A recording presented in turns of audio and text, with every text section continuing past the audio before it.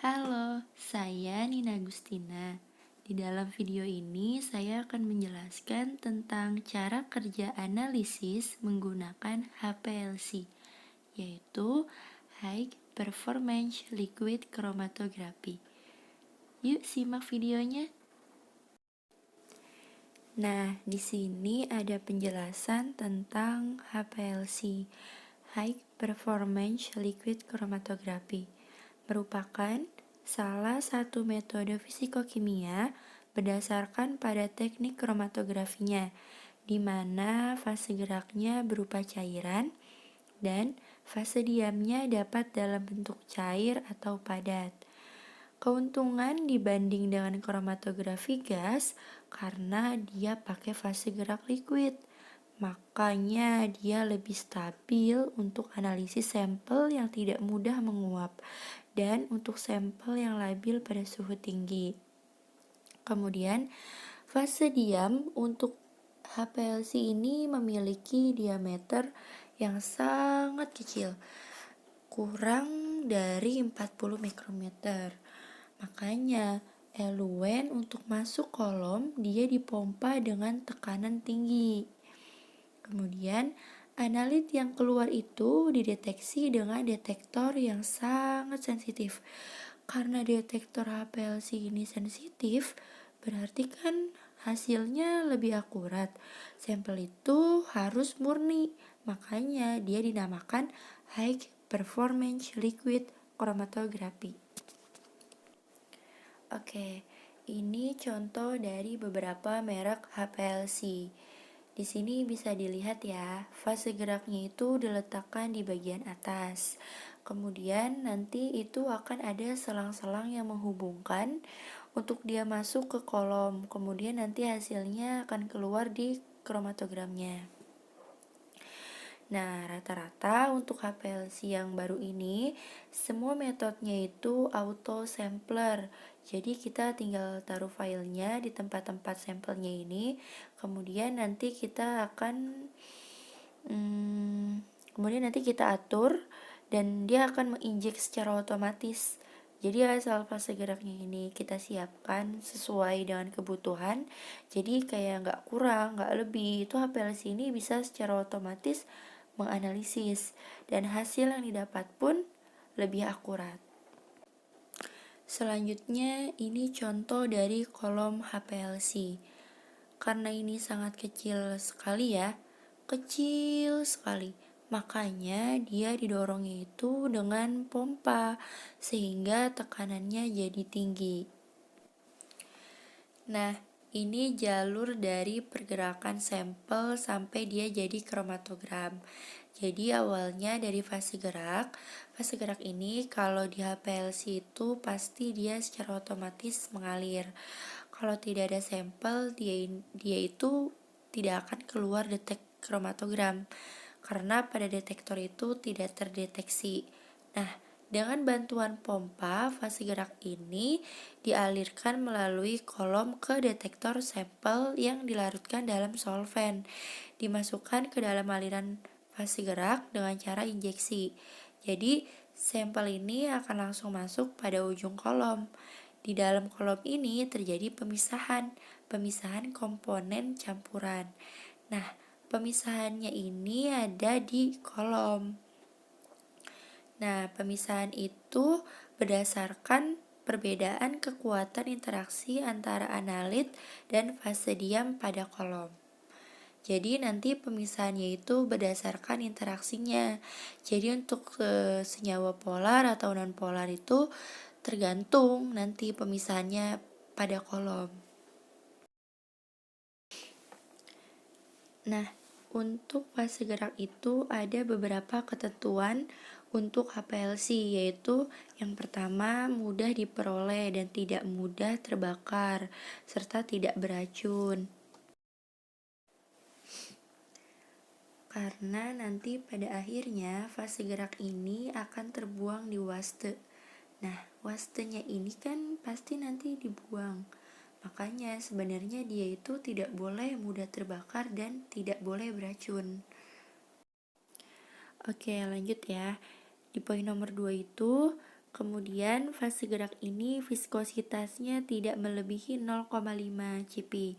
Berarti dia harus encer ya.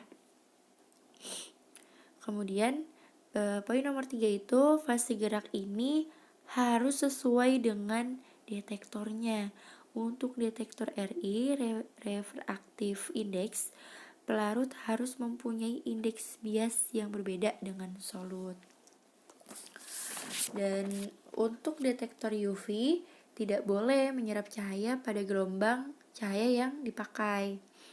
Nah, rata-rata HPLC yang dipakai itu kan detektornya UV ya. Solvennya itu dia tidak untuk ukuran solven saja yang tidak ada sampel. Dia tidak boleh menyerap cahaya pada gelombang cahaya yang dipakai. Kemudian di poin nomor 4 itu fase gerak harus disaring dalam millipore dengan kerapatan 0,45 mikrometer dan di ultrasonik untuk menghindari adanya gelembung dan kotoran yang dapat menyumbat kolom. Karena di HPLC ini kolomnya kecil banget ya, berarti dia benar-benar harus murni. Jadi semua reagen, semua bahan yang digunakan untuk fase gerak itu harus HPLC grade. Dia tidak ada gelembung dan tidak ada kotoran. Dan untuk menghindari itu disaring dengan millipore 0,45 mikrometer. Biasanya saringan itu dipakai serap sama pompa gitu. Jadi untuk menghindari kotoran yang sangat kecil-kecil yang kita nggak bisa lihat dengan mata telanjang. Kemudian untuk menghindari gelembung itu di ultrasonik sekitar 15-30 menit untuk menghindari adanya gelembung. Kemudian di poin nomor 5 itu berdasarkan kepolaran fase diam dan fase gerak. Ada namanya fase normal atau normal phase. Itu dia kombinasi antara fase diam polar dan fase gerak non polar. Misalnya fase diam itu terdapat silika atau alumina. Kemudian untuk fase geraknya itu ada heksana atau ipropileter. Kemudian fase terbalik atau reverse phase. Dia fase diamnya nonpolar dan fase geraknya polar. Contohnya itu fase geraknya air dan metanol atau asetonitril. Kepolaran fase gerak akan lebih tinggi dibanding fase diamnya. Ya, di sini ada pompa. Pompa pada HPLC ini digunakan untuk memompa fase gerak melalui kolom karena kolomnya diameternya kecil. Jadi membutuhkan pompa dengan kecepatan tertentu dan tekanan yang tinggi. Laju alir normal biasanya 1-2 mil per menit. Nanti kan tiap itu tergantung prosedur yang kita gunakan. Jadi biasanya dipakai itu sekitar 1-2 mil per menit. Gak lebih dari itu. Semakin tinggi lajunya itu tekanannya juga akan semakin tinggi.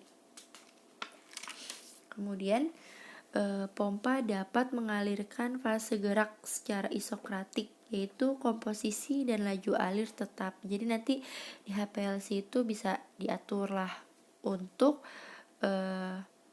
fase gerak secara isokratik. Nah, sedangkan untuk secara gradien itu merupakan komposisi dan laju alir berubah berdasarkan pengaturan waktu. Jadi misal ya, menit pertama itu A sama dengan 100% dengan kecepatan 0,5 mili per menit. Terus kemudian di menit kedua kecepatan naik menjadi 0,95 mili per menit dengan komposisi A sama dengan 90%, B sama dengan 70%. Nah, itu tergantung pengaturan pada HPLC-nya. Oke, di sini ada auto sampler injection. Nah, ini injectionnya. Injeksinya ini berupa injection spring. Dia langsung diinjeksikan melalui septum atau sel karet. Injeksi ini dilakukan dengan konstan dan bebas gelembung udara atau injeksi stop flow. Injeksi ini solvennya dihentikan dulu, kemudian sampelnya disuntikan langsung pada ujung kolom. Nah, pada gambar ini contoh file yang digunakan di HPLC. Nah, ini septumnya ya. Jadi setiap tutup file ini ada karet. Nah, ini namanya septum. Oke, lanjut. Di sini ada kolom. Kolom biasanya itu ukurannya antara 5 sampai 30 cm dan diameternya berkisar antara 4 sampai 10 mm. Jenis kolom itu bervariasi tergantung keperluan. Misalnya dikenal kolom C18, C8, kemudian cyanopropil dan penukar ion. Nah, biasanya kalau di industri C18 atau C8 yang sering banget digunakan. Kebanyakan fase diam pada HPLC berupa silika yang dimodifikasi secara kimiawi. Silika yang tidak dimodifikasi atau polimer-polimer stiren dan divinil benzen. Oktadesil silika atau ODS atau C18 ini merupakan fase diam yang paling banyak digunakan karena mampu memisahkan senyawa-senyawa dan kepolaran rendah, sedang maupun tinggi. Jadi yang sering digunakan yaitu C18 dengan fase diam oksadesil silika. Nah, untuk detektor yang digunakan itu syaratnya ada 6 ya. Yang pertama itu cukup sensitif. Kedua, stabilitas dan reproducibility tinggi. Ketiga, respon linear terhadap solut. Keempat, waktu respon pendek sehingga tidak bergantung pada flow rate. Kemudian yang kelima, mudah digunakan. Dan yang keenam, yang terakhir ini tidak merusak sampel.